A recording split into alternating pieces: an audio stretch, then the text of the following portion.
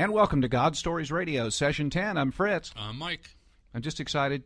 I'm always excited. I always say that. We've been waiting for another week for, we have another woman that's going to be giving their testimony.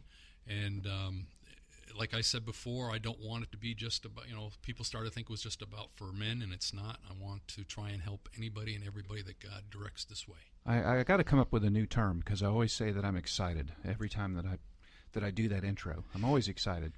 I stay that way. Yeah. But I'm going to tell you the reason why I'm excited is because this is session number 10, our first double-digit session. Absolutely. And may not mean a lot to a lot of people, but it means a lot to us. It does. And not only that, we hit 500 downloads yesterday. Right. I'm still looking to get 500 downloads in 1 month. Exactly. I think after this session tonight, yes, we could hit that mark. I believe so. I also notice we have a lot of activity that's going on overseas right now with Philippines, Africa, Japan, yeah, China. It's just amazing. I mean, we set out on this thing to do what God called us to do with really nothing to gain except to just reach people and comfort people, and it's just neat to see God just blow it up. It is. I never would have thought. Amazing. And my prayers have been for years, as I walk and talk with him, reading Joel's book. When I read that book, I felt God telling me to reach high. And so my prayers went to basically around the world, and this is what it's doing.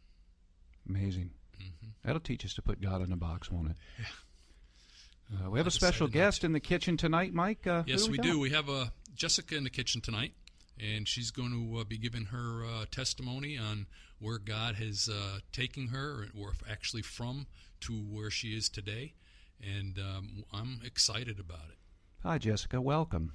Welcome Hi, to Fritz. the kitchen. Thank you. We are excited to have you. Thanks for coming on. I'm excited to be here.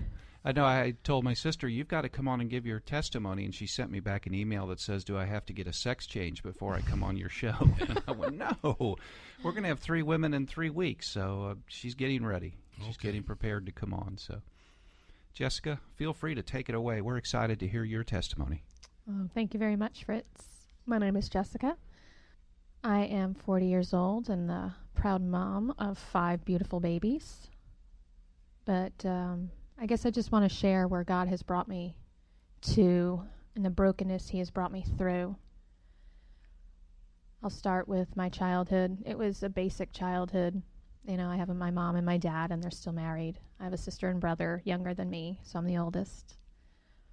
I grew up Lutheran. I didn't have a relationship with God. I had a religion. And back then, I always thought I was a Christian. I believed God and Jesus died for my sins, and the Holy Spirit, the Holy Ghost we called him, was just this entity I didn't really have a connection to. At 17, I joined the military. I joined the Air Force. I was one of those that had to know where she was going in life and was very unsure, where to go to college, or we couldn't afford to send me away. So I was not going to stay home. I was going to go. It was pretty gutsy, I guess, on my part. I don't know.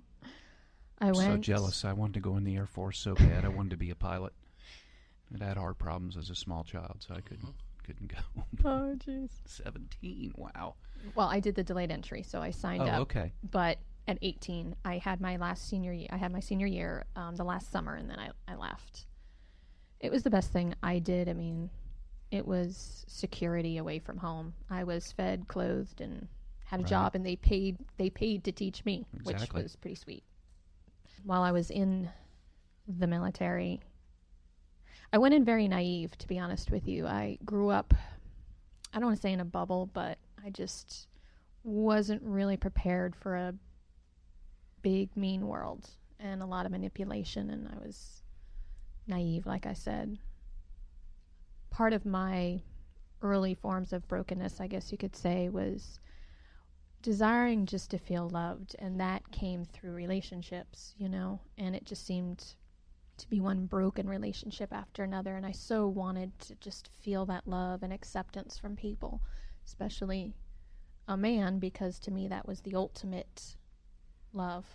to have that connection and share it so strongly with somebody.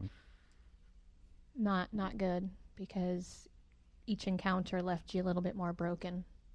I was 19, and I was a student up at Wright-Patterson Air Force Base, and I was friends with a man.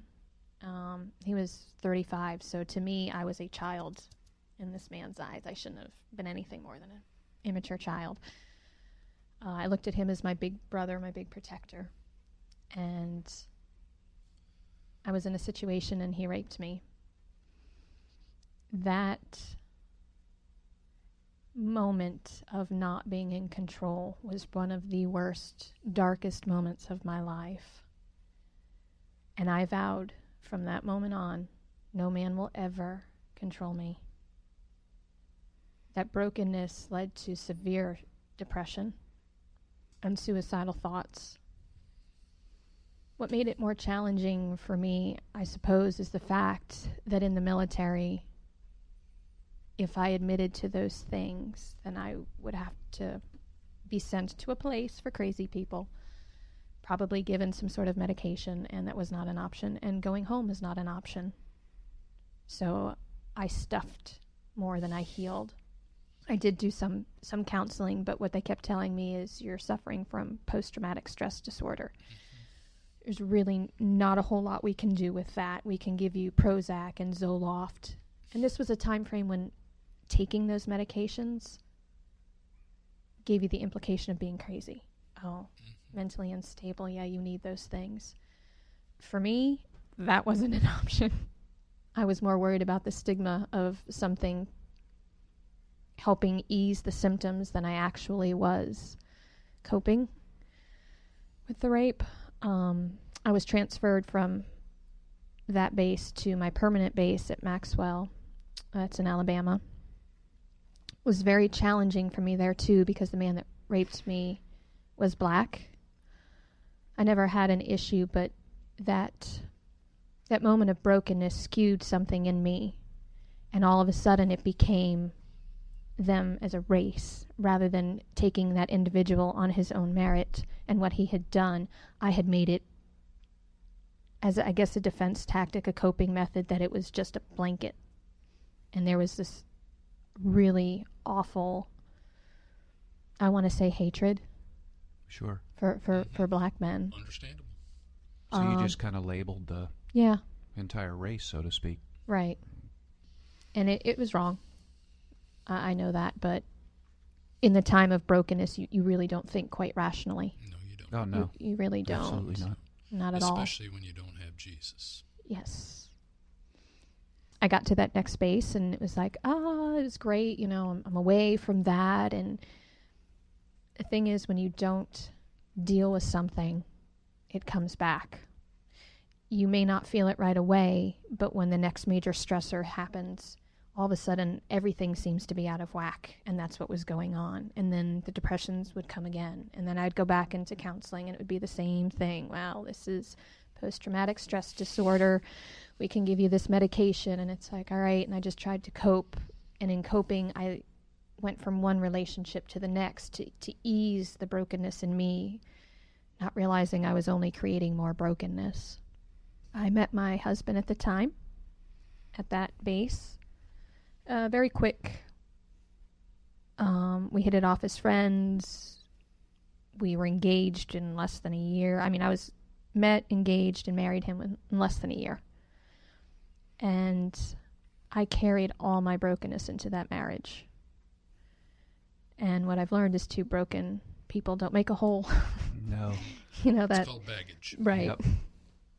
A lot of turmoil in that marriage. I did a lot of damage through selfishness. I had this emotion called rage that I had never had before, and anything would set it off. It was so hard to control something, and it was so violent, it was so angry, it was so broken, and it was so bitter. And we would just get into these horrid arguments, and for me, because I'm petite, I couldn't fight physically somebody bigger, but I learned to fight with my mouth. And the tongue can be a very deadly weapon. Yes, it does. That's what James says. Mm-hmm. That's what James says, I was going to say. When you feel backed into a corner, I would go for the jugular, and I would do it with my words. We tried. It was just a very broken relationship. I loved him very, very much. We had our first baby. I was pretty young. I think I was about 26. And I was good. It was the best year, that pregnancy with my husband. After she was born, I did pretty good. I really wasn't down with being a stay-at-home mom. I wanted to get right back out in the work field because that's where I felt esteemed. That's where I felt good about myself, affirmed, because I was good at my job. I was a lab tech, so that's where I got my affirmation, like I said. He wanted me to stay home with the baby. Little tug of war there. My mom enters the picture. They win. I lose. I stay home and raise a baby. About 9 months after Madison was born, I went through postpartum depression. So depression comes back in. My husband really didn't know how to deal with it and was probably tired of dealing with it at that point. And we were screaming divorce at each other, and it was done. And that level of just hopelessness will bring you to places that you'll never imagine yourself going. And a friend of mine, another male friend, he was actually friends with both of us. The families were close friends. Reached out to me to be that support, to be that friend, and we became closer friends. And then it got confusing, and I had an affair with this man. I figured my marriage is over. I was tanking hard emotionally. I remember catching myself in the mirror one day and going, God, what have I become? What have I become? I can't keep doing this. So I broke that off and was just going to go ahead and go with the divorce that we were threatening with each other. My husband came home and said he had been praying, and God told him he needed to work things out with me. And I froze because I knew that God knew what I had done. Mm-hmm. My husband didn't, but God knew. And I thought, wow, you're okay. How do I tell him, God? I can't tell him about this. I cannot do that. So I didn't, and I carried that lie for so many years. And the thing is, I tried so hard in my own strength to be a better wife and a better woman and a better mom, and I couldn't do it. I just couldn't. It would become too tiring. It would become too stressful. I was pregnant with my second daughter when we moved. Actually, I'd had her. We moved to New Jersey. She was a baby, and my oldest daughter was a toddler, and we moved back to New Jersey, where I'm from. We were there probably about 2 years. It wasn't terrible. I mean, that was actually, I think, one of the peaceful times in my marriage. I was around family and had to deal with the dynamics of that. Then we decided we were going to move to Florida, and he was going to start a business with his best friend, and he did, and it was very successful and is still successful. I remember when he told me we were moving, that moment of panic, because I would no longer have that safety of my family right there. When the truth came out, they wouldn't be there. I wouldn't have that support group. Right. Yeah. Mm-hmm. And I was nervous, but I said, God, my place is with my husband. You made that clear. So I went. I said, I'm just going to have to trust you in it. Now, by no means did I have a real relationship with God. I mean, these were kind of just like last resort prayers, I guess you could say, Sure. as he was trying to slowly work in me. We moved down here. We lived in Lakeland for